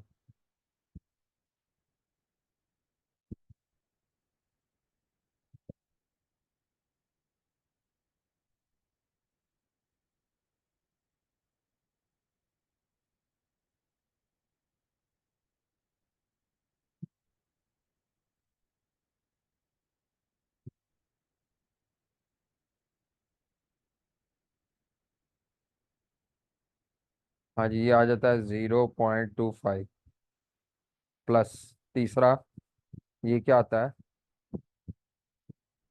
2 into 0.8 into 0.2 into 0.9 into 3 into 2.5।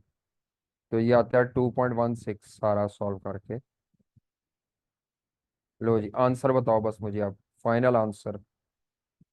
तो बेहतर तो है कि कैलकुलेटर पे ये सारा इकट्ठे ही टाइप करके सॉल्व कर लें, इतना टाइम नहीं होना कि आप ये अलग अलग लिखें। मुझे बस फाइनल आंसर बताएं क्या आता है। Final answer 2.85%। बाद में इसके साथ परसेंटेज लगा लें, क्योंकि ये सारे 2 परसेंटेज में था। 2.85% चेक कर लें। दूसरी प्रोडक्ट का खुद निकालें, ओ आर का। चलो, जो दूसरी प्रोडक्ट है, ओ प्रोडक्ट कह रहा हूँ, ओ और आर का 3% और 4%, और बी कोरिलेशन है 0.3। चलो शाबाश, ओ और आर का खुद करें। ओ एंड आर,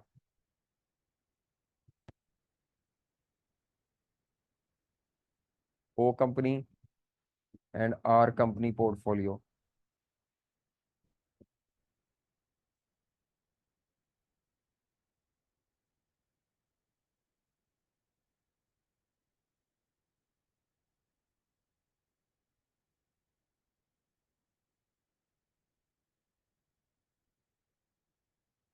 आर,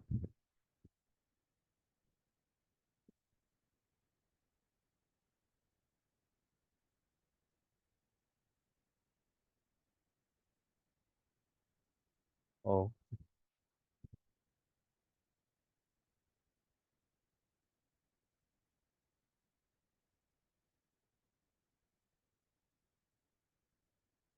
जी जनाब। तो फिगर्स प्लग इन करें और मुझे आंसर बताएं बस।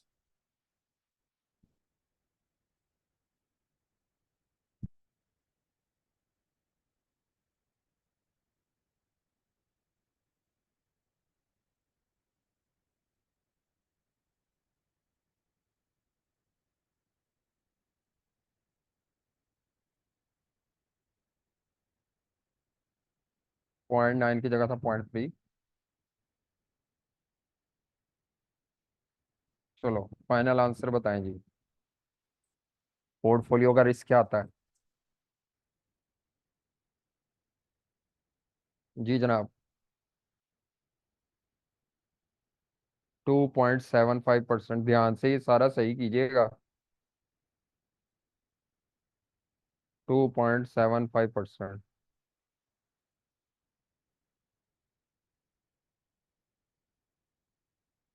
अब कॉफिशिएंट ऑफ वेरिएशन निकालें। Risk divided by return.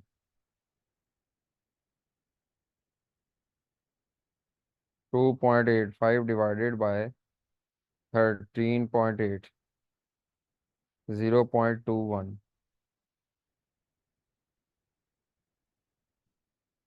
यानी अगर 1 रुपए का रिटर्न कमाना है तो 0.21 का रिस्क लेना पड़ेगा, या 1% रिटर्न कमाने के लिए 0.21% का रिस्क लेना पड़ेगा।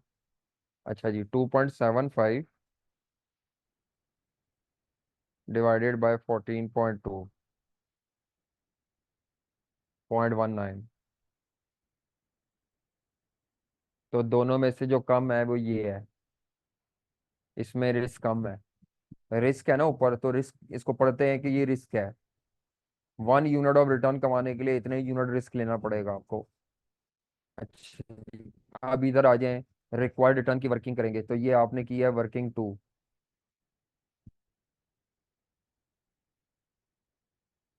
ये की है working 1।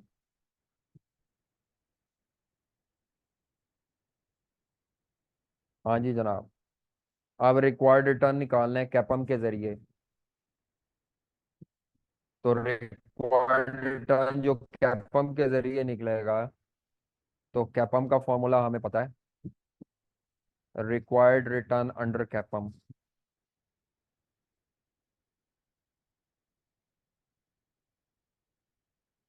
Required rate of return under कैपम।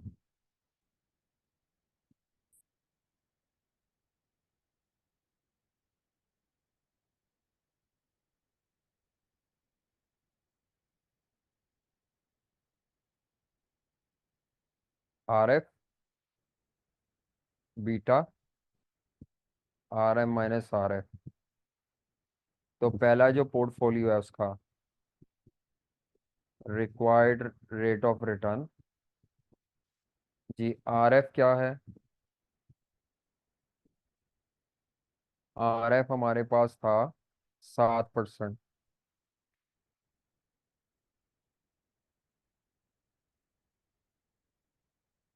O&K वाला जो पोर्टफोलियो है उसके 7% है।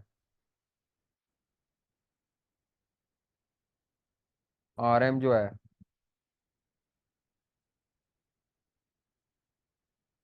16% है पाकिस्तान स्टॉक एक्सचेंज का।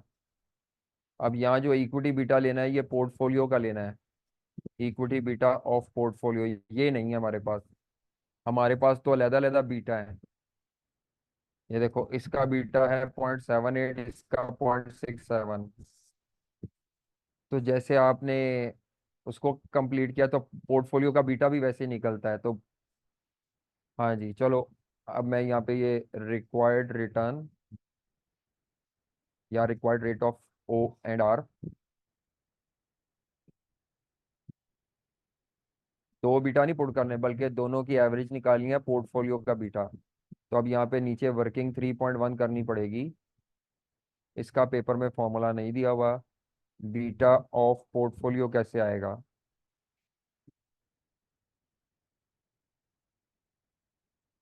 जैसे रिटर्न ऑफ पोर्टफोलियो था ना, बिल्कुल वैसे ही बीटा ऑफ पोर्टफोलियो कैसे आएगा?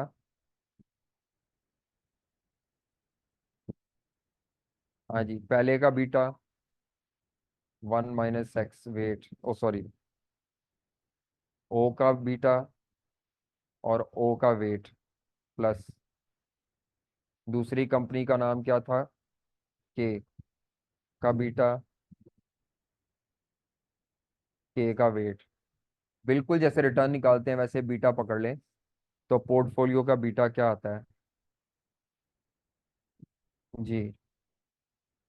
पहला बीटा जो हमारे पास है 0.78 और 0.67। 0.78 इंटू वेट 0.80, 0.20। बताओ भाई पोर्टफोलियो का बीटा क्या आता है? ये पेपर में फॉर्मूला नहीं दिया हुआ, फॉर्मूला शीट पे ये नहीं दिया हुआ। पोर्टफोलियो के बीटा का नहीं दिया हुआ फॉर्मूला, नहीं। तो ये फॉर्मूला जो हमें नहीं दिया होगा, बाकी सारी जो भी चीजें मैं ऊपर कैलकुलेट करता आ रहा हूँ वो फॉर्मूले गिवन थे। इसमें भी कोई नया काम नहीं किया, बिल्कुल बीटा को पकड़ के इंटू वेट कर दिया है। बताओ भाई क्या आता है ये आंसर?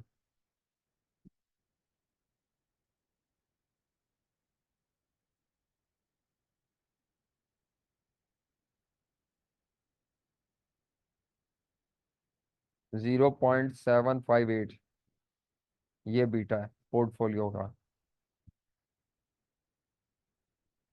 0.758 ये परसेंटेज में नहीं आता।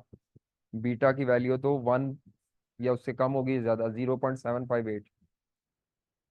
इसी तरह दूसरा जो बीटा निकालना है, ओ आर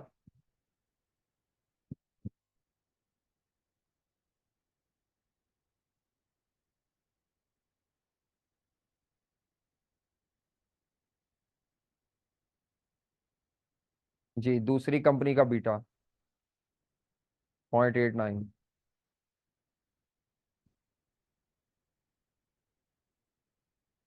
जी 0.89। बताओ भाई क्या आता है।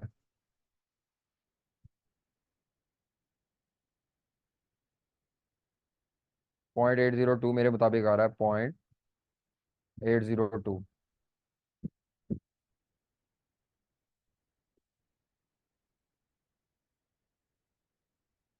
पोर्टफोलियो का इक्विटी बीटा।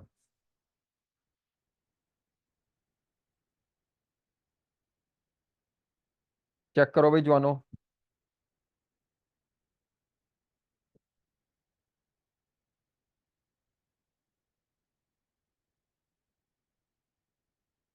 हम आराम आराम से कर रहे हैं, सारे फॉर्मूले वही कॉपी वहां से कर रहे हैं। ठीक है। चलो आओ ऊपर, ये कैपम का फॉर्मूला निकालो परसेंटेज में, कैपम इक्वेशन का।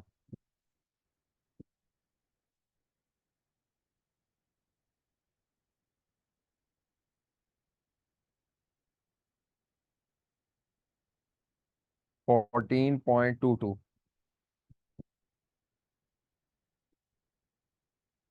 14.22।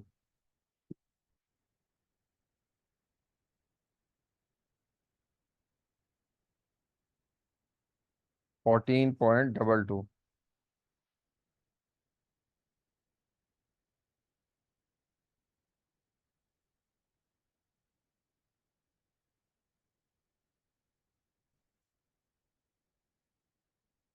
13.82।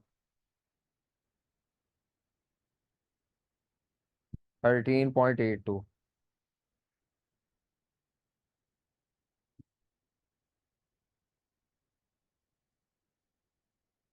14.22।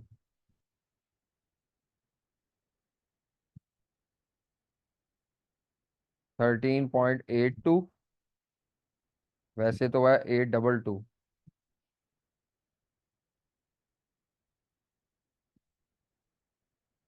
तो ये माइनस करें, expected return minus required return, ये तो मेरा ख्याल है माइनस में निकल आएगा।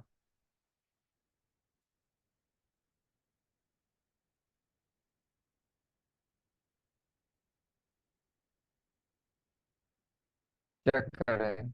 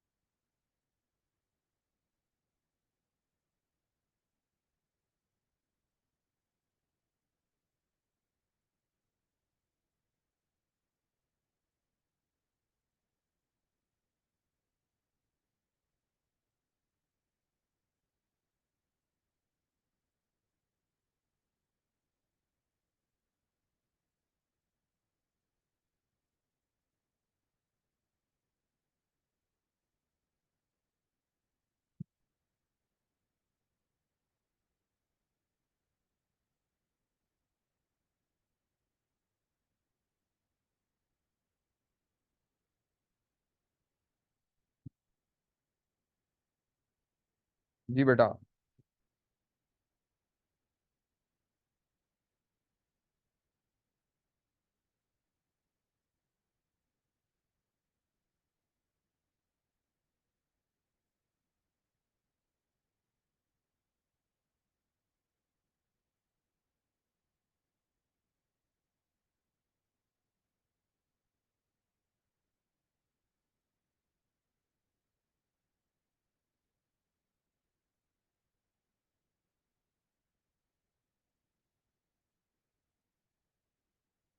ठीक है, समझ आ गई कैसे कैलकुलेशन की है?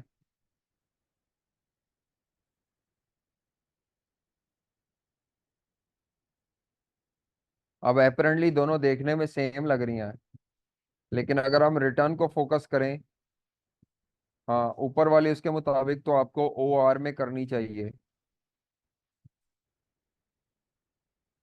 ठीक है, यानी ओ आर क्या था?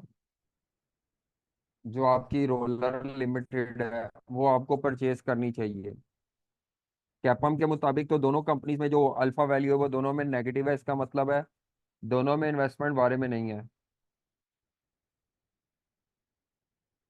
अगर हम 3 डेसिमल तक लेते हैं तो मेरा ख्याल है 14.218 है, सॉरी।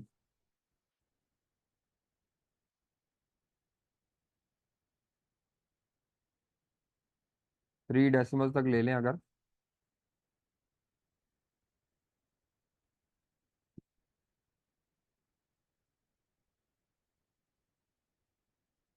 अब आपका ये ज्यादा बेहतर आ जाएगा क्योंकि वो देखने में तो सेम लग रहा है। करो जरा, माइनस क्या आता है?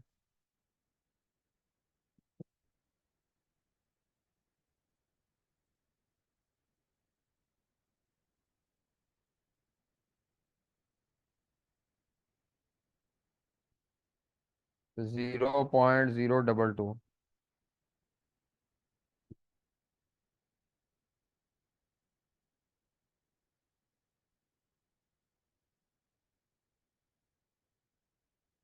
ये क्या हो गया है?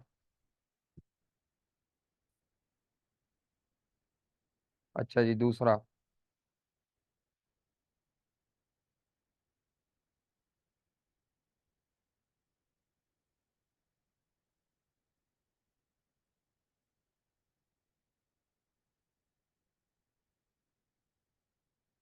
हाँ, जब 3 डेसिमल तक देखते हैं तो फिर ये बेहतर है। डिसीजन दोनों से सेम ही आ रहा है, लेकिन लेकिन क्या है कि जो पोर्टफोलियो थ्योरी है वो टोटल रिस्क को लेके चलती है, और जो कैपम का मॉडल है वो आपका वेल डाइवर्सिफाइड पोर्टफोलियो को लेके चलता है। और वो कहता है कि इन्वेस्टर जो है वो अपना कुछ रिस्क ऑटोमेटिकली उसका खत्म हो जाता है जब वो पोर्टफोलियो के थ्रू इन्वेस्टमेंट करता है। तो मैं आपको ऑलरेडी बता चुका हूँ कि दोनों में से बेहतर जो है वो कैपम है, लेकिन नो डाउट डिसीजन दोनों से सेम ही आ रहा है। वो मैंने पहले जब 2 डेसिमल तक लिया तो वो फर्क नहीं हो रहा, अब इसमें फर्क ज्यादा प्रोमिनेंट हो रहा है। इतना भी नहीं है फर्क, माइनर सा डिफरेंस है। ठीक है, हाँ जी। तो अब इसका उसने क्या आंसर लिखा है? उसने काफी अच्छा कॉम्प्रिहेंसिव आंसर लिखा है। उसने एनालिसिस किया है, खाली नंबर्स का एनालिसिस नहीं किया, बल्कि उसने ये भी कहा है कि एक में आप अपने कंपेटिटर को खरीद रहे हैं, दूसरे में आप अपने सप्लायर को खरीद रहे हैं। जब भी आप अपने कंपेटिटर को खरीदेंगे तो इसको कहते हैं हॉरिजॉन्टल इंटीग्रेशन। जब आप अपने कस्टमर या अपने उसको खरीदेंगे, क्या नाम है, सप्लायर को, इसको बोलते हैं वर्टिकल इंटीग्रेशन। तो वर्टिकल इंटीग्रेशन में आपका सप्लायर खरीदने से आपकी कॉन्टिन्यूस सप्लाई आ जाती है, और दूसरा बेनिफिशियल भी है। तो अब ये देख लें उसने क्या आंसर लिखा है। वो कहता है OL should use CAPM model if the shareholders own a fully diversified portfolio. If this is not the case, then portfolio theory is more appropriate जी। वो कहता है अगर शेयर होल्डर के पास वेल डाइवर्सिफाइड पोर्टफोलियो, जो कि अजम्पशन होती है, तो आपने कैपम का मॉडल यूज करना है, नहीं तो पोर्टफोलियो थ्योरी। आगे फिर अब उसने कहा, ये उसने बता दिया है कि दोनों में से बेहतर कौन सा है। कैपम बेहतर है अगर वेल डाइवर्सिफाइड या फुली डाइवर्सिफाइड पोर्टफोलियो इन्वेस्टर के पास हो। कहते हैं investment investment in roller would lead to higher expected return. हाँ जी, रोलर में जो इन्वेस्टमेंट है वो हायर एक्सपेक्टेड रिटर्न है, हमारे भी उसमें ऐसे ही है मेरा ख्याल है, हायर एक्सपेक्टेड रिटर्न। जी, रोलर के साथ अगर आपका पोर्टफोलियो होता है तो आपका रिटर्न, एक्सपेक्टेड रिटर्न ज्यादा है। अब उसने रिटर्न को फोकस किया है, as demonstrated with the board both portfolio three CAPM acquiring coil would be horizontal acquisition and acquiring roller would be vertical जी। कोयल आपका कंपेटिटर है, जब भी आप कंपेटिटर को खरीदेंगे तो हॉरिजॉन्टल है, जब आप उसको खरीदेंगे सप्लायर को या कस्टमर को वो वर्टिकल है। अब ये बिजनेस मैनेजमेंट जो आपका एसपीएम का सब्जेक्ट है, ये उसके साथ लिंक किया उसने थ्योरी। आगे कहता है portfolio theory consider the correlation between the respective industries and so recognizes that risk can be reduced through diversification. It suggests that acquiring coal is less risky investment when considering the return of combined organization going forward. However, Kappa model suggests that roller is more risky investment. अब उसने असल में इनको लेके चला है। अगली discussion उसने क्या की है, इसकी की है, ये इसको और इधर इसमें जो बीटा इस्तेमाल हो रहा है, रोलर का बीटा ज्यादा है ना, तो वो कहता है जब हम रिस्क को देखते हैं तो रिस्क जो है वो कोयल का कम है, क्योंकि उसका बीटा भी कम है और उसकी स्टैंडर्ड डिवीजन भी कम है। तो पोर्टफोलियो थ्योरी के मुताबिक आप रिस्क को कम कर सकते हैं। वो कैसे? डाइवर्सिफिकेशन के जरिए, जिनका कोरिलेशन जो है, देखिए अब यहाँ पे मैं अब आपको दिखाऊं, यहाँ पे इन दोनों का आपस में कोरिलेशन ज्यादा है, पॉजिटिव ज्यादा है, इधर कम है। जिनका कोरिलेशन ज्यादा होगा पॉजिटिव, उनका रिस्क ज्यादा ही होगा। जब आप पोर्टफोलियो क्रिएट भी कर लेंगे ना, तो आपको पोर्टफोलियो का एडवांटेज नहीं होगा। पोर्टफोलियो का एडवांटेज तब होता है बेटा, जब आपका कोरिलेशन -1 के करीब करीब हो या 0 के करीब हो। अब ये जो है ये +1 के ज्यादा करीब है, ये 0 के करीब है। याद रखें, डाइवर्सिफिकेशन का फायदा कब होता है? जब कोरिलेशन +1 से दूर दूर हो। कोरिलेशन जितना +1 से दूर होगा उतनी आपकी डाइवर्सिफिकेशन बेहतर होगी और आपका पोर्टफोलियो का रिस्क कम होगा। इसीलिए यहाँ देखें, जब हमने इसका पोर्टफोलियो का रिस्क निकाला तो यहाँ पे पोर्टफोलियो का रिस्क कम निकल रहा है 2.85, और इधर ज्यादा नहीं, रिस्क ये इसमें इसमें तो सॉरी, ये तो मिसलीडिंग है स्टैंडर्ड डिवीजन, लेकिन जो आपका बीटा है वो बीटा किधर गया? ये रोलर का कहता है रिस्क ज्यादा है, मोर रिस्क इन्वेस्टमेंट है, क्योंकि उसका बीटा हायर है। अब उसने रिकमेंडेशन क्या दिया है? कहता आपको रोलर को एक्वायर कर लेना चाहिए बस। उसने कोई कॉफिशिएंट ऑफ वेरिएशन ये वो उसको लिंक नहीं किया। आप निकाल के उसको लिंक कर सकते हैं, ठीक है, अल्फा वैल्यू को लिंक कर सकते हैं, बस आपको जरूरत नहीं है जर्नल डिस्कशन की। उसने जर्नल डिस्कशन की है। आप इधर कॉफिशिएंट ऑफ वेरिएशन को डिस्कस करें और इधर अल्फा वैल्यू को करें, तो आपका रिकमेंडेशन भी सही हो जाएगी और डिस्कशन भी आपकी बेहतर होगी। तो रिटर्न के पॉइंट ऑफ व्यू से अगर रोलर बेहतर है तो रिस्क भी रोलर में ही ज्यादा है। रोलर में रिस्क ज्यादा कैसे पता चल रहा है? जब आप रोलर को अपने साथ मिलाते हैं तो आपका बीटा हाई है। ये दोनों बीटा में से इसका बीटा ज्यादा है, देखें, इस पोर्टफोलियो का बीटा ज्यादा होने का मतलब है ये हाई रिस्क की इन्वेस्टमेंट है। अच्छा, अब इसके सी पार्ट में क्या मांगा है उसने? वो कहता है explain with supporting calculation the amount of new debt that should be issued.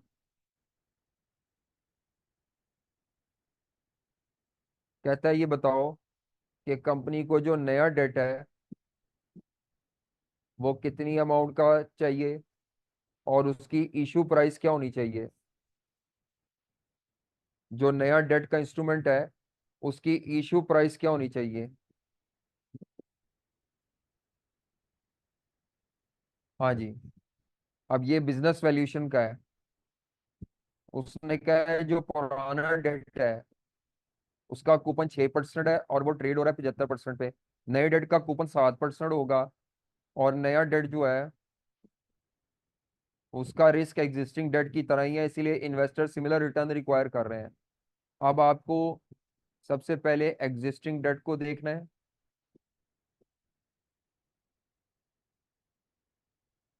और न्यू डेट को देखना है। दोनों में इन्वेस्टर का जो रिक्वायर्ड रेट ऑफ रिटर्न या एक्सपेक्टेड रिटर्न है, इसका कूपन रेट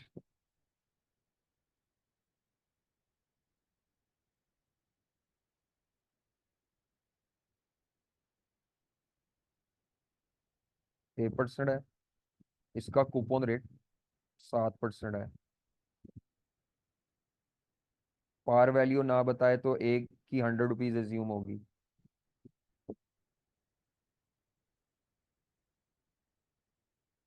मार्केट वैल्यू ये 75% पे एक इंस्ट्रूमेंट ट्रेड हो रहा है, यानी 75 रुपए पे।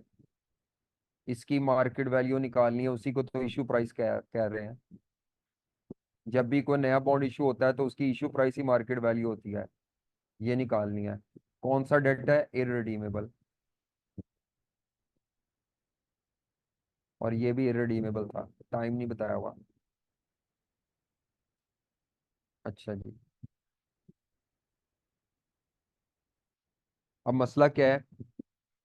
इन दोनों का जो कहता है रिटर्न है, रिक्वायर्ड रेट ऑफ रिटर्न जो है वो दोनों का सेम है। इधर जो रिक्वायर्ड रेट ऑफ रिटर्न है और जो इधर इन्वेस्टर का रिक्वायर्ड रेट ऑफ रिटर्न है वो कहता है सेम है।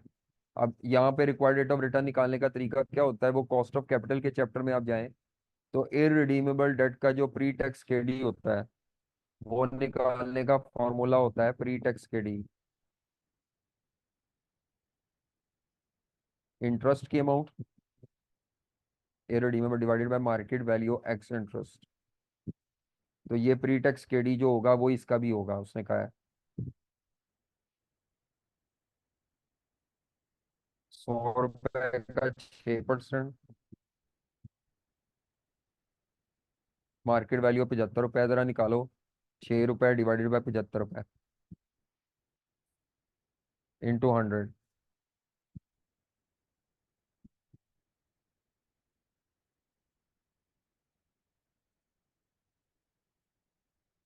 यानी इसका भी 8% है। इसकी मार्केट वैल्यू नहीं बताई हुई, तो यही फॉर्मूला रीअरेंज कर लो।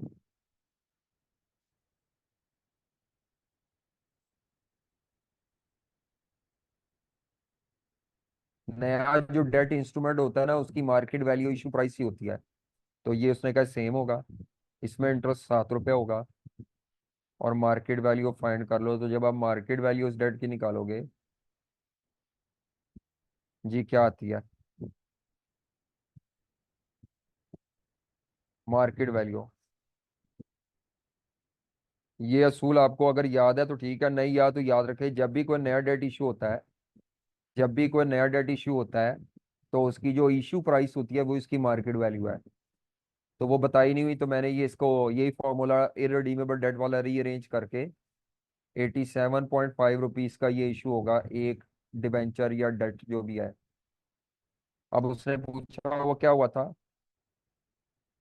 उसने पूछा हुआ था कि सपोर्टिंग कैलकुलेशन करके बताओ हमें कितनी अमाउंट ऑफ नया डेट चाहिए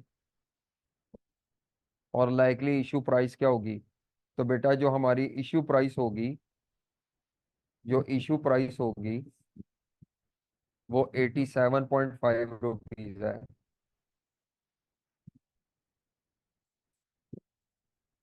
अब आपको 500 मिलियन चाहिए। अब आपको टोटल 500 मिलियन चाहिए। आपको कितने मिलियन चाहिए? 500 मिलियन चाहिए। तो 500 मिलियन अगर 100 रुपए पे इशू करते तो हमें 500 मिलियन इकट्ठा करने के लिए, तो पहले देखें जी टोटल फाइनेंस कितना रिक्वायर्ड है। हमें 500 मिलियन चाहिए था, लेकिन अब देखें एक शेयर अगर हम 500 मिलियन टोटल चाहिए, अगर हम एक शेयर 100 रुपए पे इशू करते तो हमने 5 million number of share issue करने थे।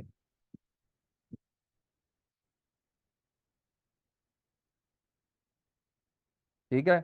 अब मसला ये है कि आप एक शेयर 87.5 का इशू कर रहे हो। अब अगर आप 87.5 का शेयर इशू कर रहे हो और 5 मिलियन शेयर इशू करते हो तो आपको तो पूरे पैसे इकट्ठे नहीं होने।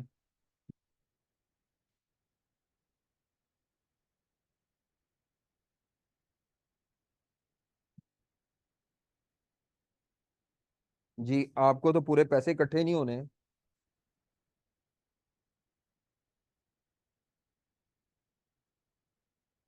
तकरीबन 400 कुछ मिलियन इकट्ठा होना है। इसीलिए आप क्या करोगे, जितने आपको पैसे चाहिए, जितने पैसे आपको चाहिए आप उससे ज्यादा वैल्यू के शेयर इशू करोगे। यानी कहने का मतलब है, अगर मुझे 500 मिलियन चाहिए, अगर मुझे कैश में 500 मिलियन चाहिए और एक शेयर में 87.5 का इशू कर रहा हूं, तो मुझे नंबर ऑफ शेयर्स कितने इशू करने पड़ेंगे? ये निकाल लें। 500 मिलियन मुझे सरमाया चाहिए और एक शेयर 87.5 पे मैं इशू कर रहा हूँ, तो तकरीबन मुझे 5.71 million number of shares issue करने पड़ेंगे। ठीक है। तो उसने पूछा क्या था, किधर गया सवाल? सपोर्टिंग कैलकुलेशन करके ये बताओ कि जो नया डेट है वो कितनी अमाउंट का इशू होगा और उसकी इशू प्राइस क्या होगी। तो यहाँ पर जो नए डेट की अमाउंट है, ये अब उसने अमाउंट से मुराद उसने ये नहीं बताया पार वैल्यू पूछ रहा है कि ये मार्केट वैल्यू पूछ रहा है। तो मैं यहाँ पे दोनों निकाल देता हूँ। अगर हम बात कर रहे हैं नए फाइनेंस की, नए इशू, नए शेयर्स इशू करने की,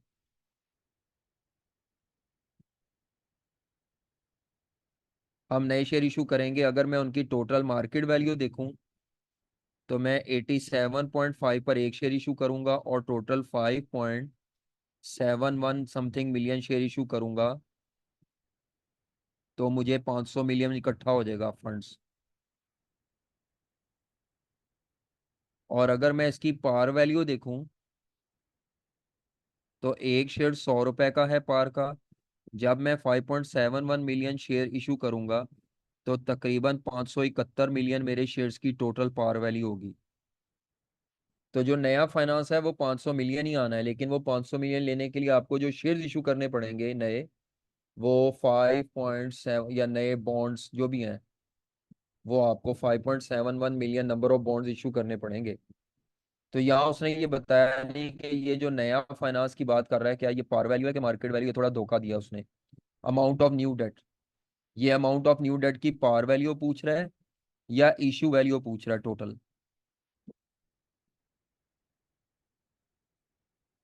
नए शेयर नहीं, न्यू डेट। ये शेयर्स नहीं है, ये नया डेट है। असल में मैं शेयर लिखी जा रहा हूँ यहाँ पे, न्यू डेट इशू।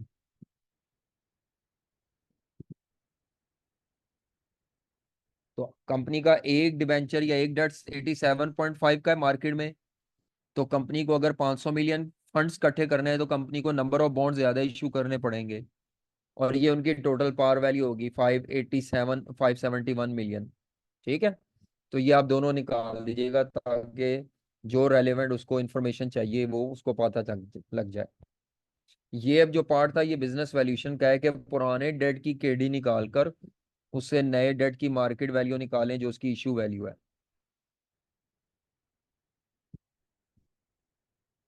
चलें, ये मुकम्मल हो गया। अच्छा, इस इससे पहले, ये विंटर 22 से पहले।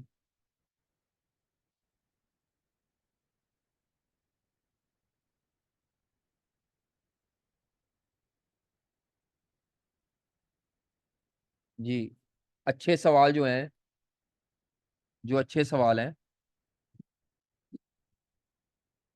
समर 18 भी है, समर 15 भी है। अब मैंने जो इंपॉर्टेंट क्वेश्चन की लिस्ट है मैं वो बता देता हूँ, उनमें से एक सवाल आप या एक या दो सवाल आप कर लीजिएगा। बस आज यही एक मैंने सवाल करवाना था लेटेस्ट अटेम्प्ट का। आपने कोई सवाल पूछना है तो पूछ लें। मैंने ये क्वेश्चन यही करवाना था, ये वाला जो विंटर 22 का था। पोर्टफोलियो थ्योरी के हमारे पास जो क्वेश्चन है विंटर 22 में, वो कहता है सिर्फ 15% लोग पास थे इसमें। हालांकि इस सवाल में कुछ भी नहीं था। हाँ, डिस्कशन चलो मैं कहता हूँ नहीं आती, लेकिन ये वाले नंबर तो आपको आने चाहिए। 7 नंबर मुफ्त के थे। ये 7 नंबर, इसमें से चलो एक नंबर आ जाए 8, और इसमें से कोई एक नंबर या दो नंबर आ जाए, तो एक दो नंबर तो आ जाने चाहिए। यहाँ से 7 नंबर पूरे, यहाँ से 2 नंबर और यहाँ से एक, 10 नंबर तो आने चाहिए। 15 में से 10 नंबर आने चाहिए आराम से। लेकिन ये लोगों से हुआ ही नहीं। वो कहता है सिर्फ 15% लोग इसमें पास थे। ये मैंने इंपॉर्टेंट क्वेश्चन में लिखा हुआ है। हाँ जी, आपने अब क्या करना है घर जाके, समर 15 का क्वेश्चन 3 और विंटर 19 का क्वेश्चन 5, ये दो सवाल करने हैं। ये अच्छा क्वेश्चन है, समर 15 बहुत अच्छा सवाल है। समर 15 क्वेश्चन नंबर 3 और विंटर 19 क्वेश्चन 5, ये दो सवाल करें। इनमें भी तकरीबन सारे फॉर्मूले आ जाएंगे। जी बेटा, आपने कोई सवाल पूछना हो।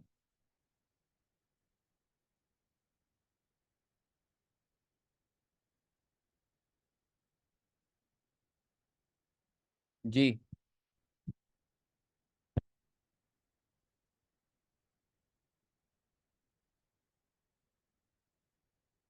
कोई क्वेश्चन है आपका?